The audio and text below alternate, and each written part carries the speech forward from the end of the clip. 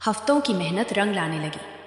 सूखी जमीन पर हरियाली दिखने लगी। तभी एक दिन गांव में एक चमचमाती कार आकर रुकी। नमस्ते, क्या मैं सूरज जी से मिल सकता हूँ?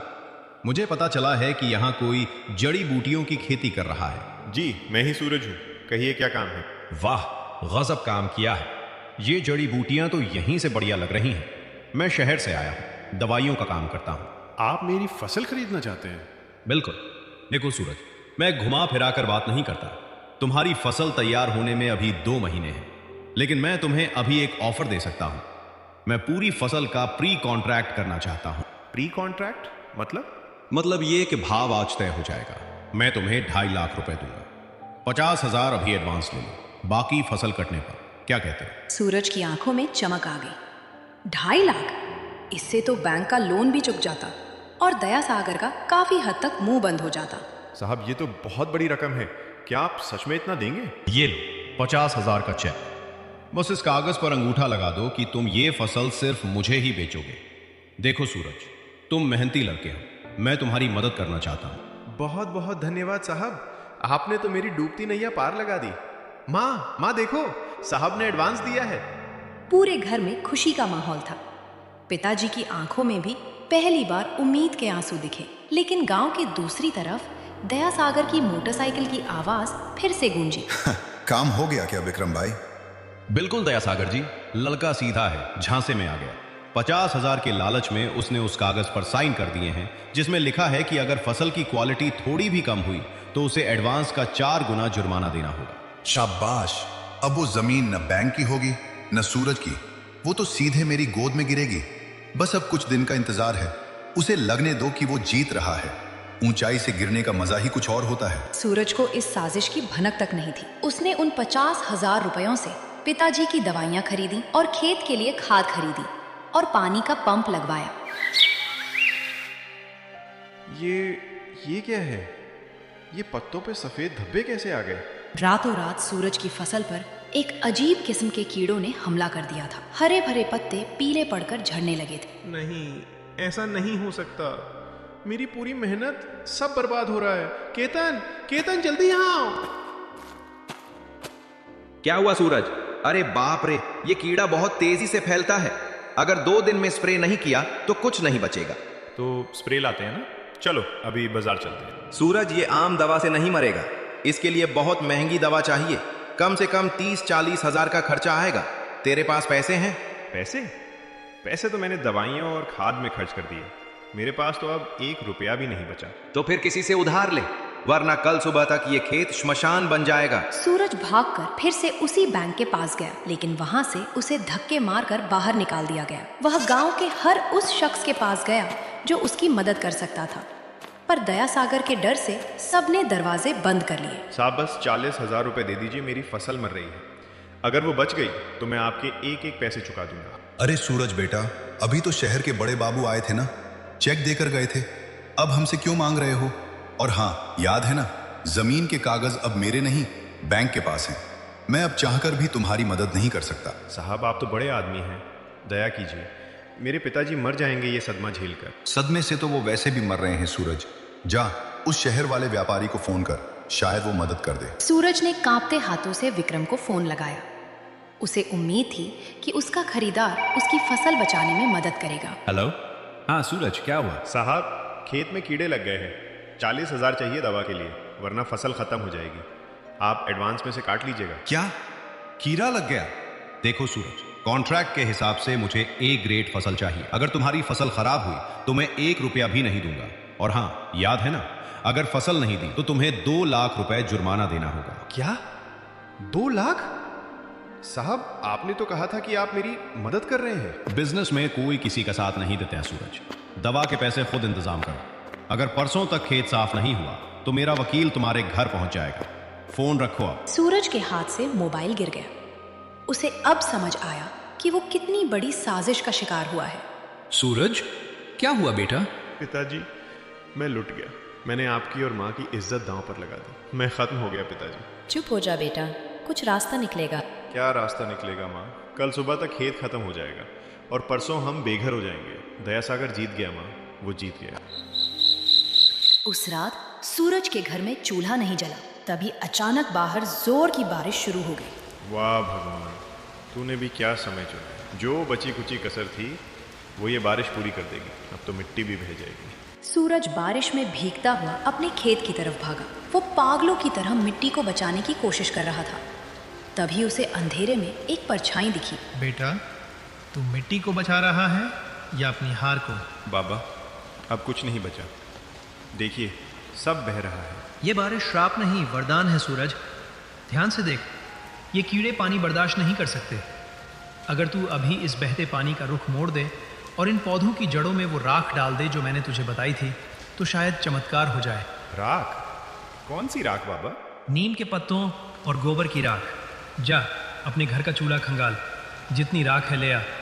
ये महंगी दवाइयों से ज़्यादा असर करेगी, लेकिन तुझे पूरी रात जागना होगा। हर एक पौधे को हाथ से साफ करना होगा। मैं करूँगा बाबा। मैं पूरी रात क्या, पूरी जिंदगी जागूंगा। सूरज ने रात भर बारिश और कीचड़ में काम किया। उसकी माँ और केतन भी उसकी मदद के लिए पहुंच गए। उन्होंने एक एक पौधे को नीम के पानी से धोया और राख डाली। केतन, देख, कीड़े गिर रहे हैं। सूरज, ये तो सच में काम कर गया। पौधे अभी भी कमजोर हैं पर मरेंगे नहीं। तूने कर दिखाया भाई। सूरज की आंखों में नींद नहीं, एक अजीब सा जुनून था। लेकिन उसकी खुशी ज्यादा देर नहीं टिकी।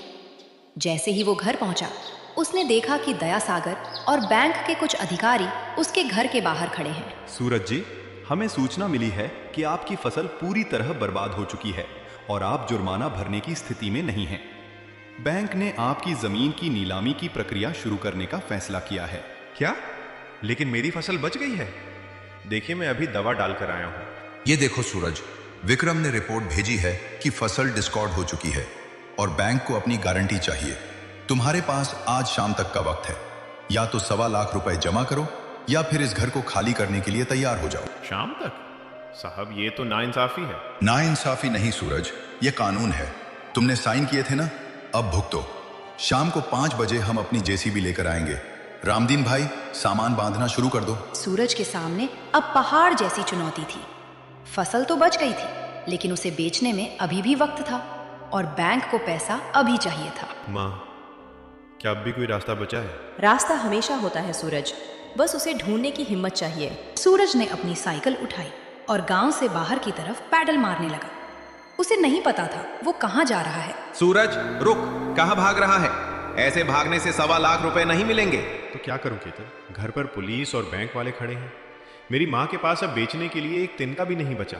मैं उस विक्रम का गला दबा दूंगा। उसने मुझे धोखा दिया। गला दबाने से जेल मिलेगी, जमीन नहीं। मेरी बात सुन, वो विक्रम अकेला नहीं है। वो आरोग्य हर्बल्स नाम की एक बड़ी कंपनी का सप्लायर है। वो तेरा माल सस्ते में हड़प कर उन्हें महंगे में बेचना चाहता है। तो मैं क्या करूं? हम सीधे कंपनी के हेड ऑफिस चलेंगे। शहर यहां से 40 किलोमीटर दूर है। अगर हम 3 बजे तक वहां पहुंच गए और तूने अपनी फसल की असलियत दिखा दी तो शायद कुछ हो जाए। लेकिन मेरे पास कोई सर्टिफिकेट नहीं है, कोई कागज नहीं है। वो मुझे अंदर घुसने भी नहीं देंगे। ये ले, ये तेरे खेत की वो शतावरी है जिसे तूने कल रात राख से साफ किया था। ये तेरी मेहनत का सबूत है। चल मेरी बाइक पर बैठ। केतन की बाइक हवा चीर रही थी। सूरज जड़ी बूटी को सीने से लगाए बैठा था। ठीक 2 बजे वे शहर की सबसे बड़ी बिल्डिंग के सामने थे। ए, कहाँ जा रहे हो? ये कोई धर्मशाला नहीं है। चलो पीछे हटो। साहब, मुझे एमडी साहब से मिलना है। बहुत जरूरी काम है। हमारी जमीन का सवाल है। एमडी साहब, वो तो जैसे भिखारियों से नहीं मिलते। देख अपनी हालत, भाग यहाँ से वरना पुलिस बुलाऊंगा। साहब, एक बार देख तो लीजिए। हम गांव से आए हैं, हमारे पास बहुत कीमती चीज है। कीमती? कबाड़ लग रहा है। चलो रास्ता साफ करो, साहब की गाड़ी आने वाली है। तभी एक काली चमचमाती कार गेट के अंदर दाखिल हुई। सूरज ने बिना सोचे समझे कार के सामने छलांग लगा दी। क्या हुआ? ये शोर कैसा है? साहब, बस 2 मिनट। मैं कोई भिखारी नहीं हूँ, किसान हूँ। ये देखिए, ये मेरे खेत की फसल है। आपके सप्लायर विक्रम ने मुझे धोखा दिया है। वो मेरी फसल को बर्बाद बता रहा है ताकि मेरी जमीन छीन सके। मुझे इन सब बातों में कोई दिलचस्पी नहीं है। गार्ड, इन्हें यहाँ से हटाओ, मेरा वक्त कीमती है। साहब, एक बार इसे देख लीजिए।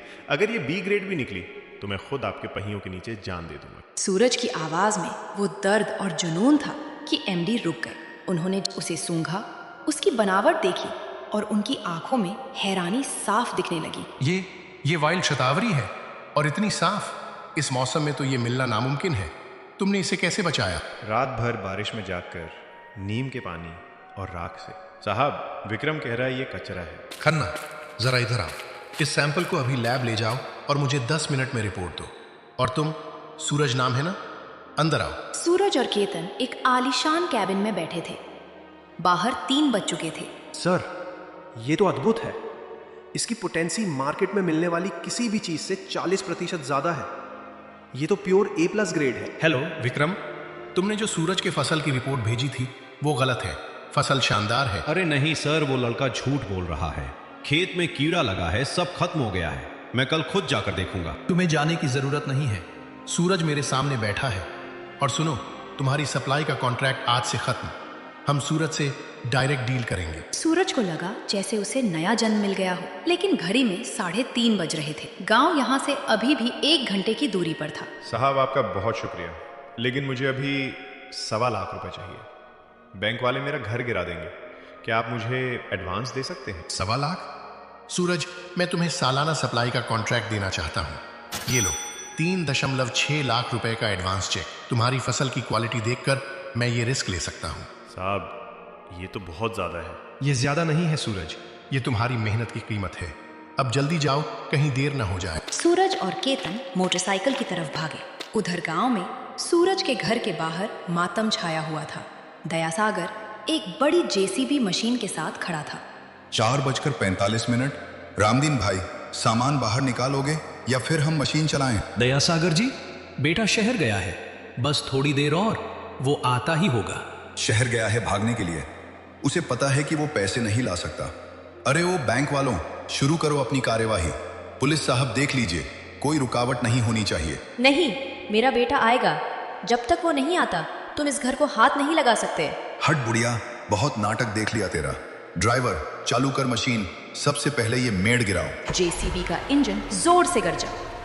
तभी दूर से धूल उड़ाती एक मोटरसाइकिल तेजी से आई। रुकिए रुकिए, ये रहा आपका पैसा। सूरज के हाथ में एक गुलाबी चेक और कुछ कैश था। ये तो 3.6 लाख का चेक है और ये सीधे आरोग्य हर्बल से है। क्या? ये कैसे हो सकता है?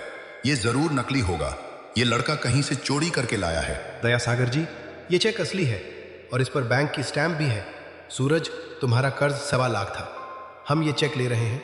बाकी के पैसे तुम्हारे अकाउंट में कल जमा हो जाएंगे। पुलिस साहब, नीलामी रद्द की जाती है। क्यों दयासागर जी, अब समझ आया? आपने कहा था कागजों का दिल नहीं होता, पर नाम बदले जाते हैं। अब इस जमीन पर ना आपका नाम है ना बैंक का, सिर्फ मेरा और मेरे पिता का। बेटा, आज तूने सिर्फ जमीन नहीं, मेरा स्वाभिमान बचाया।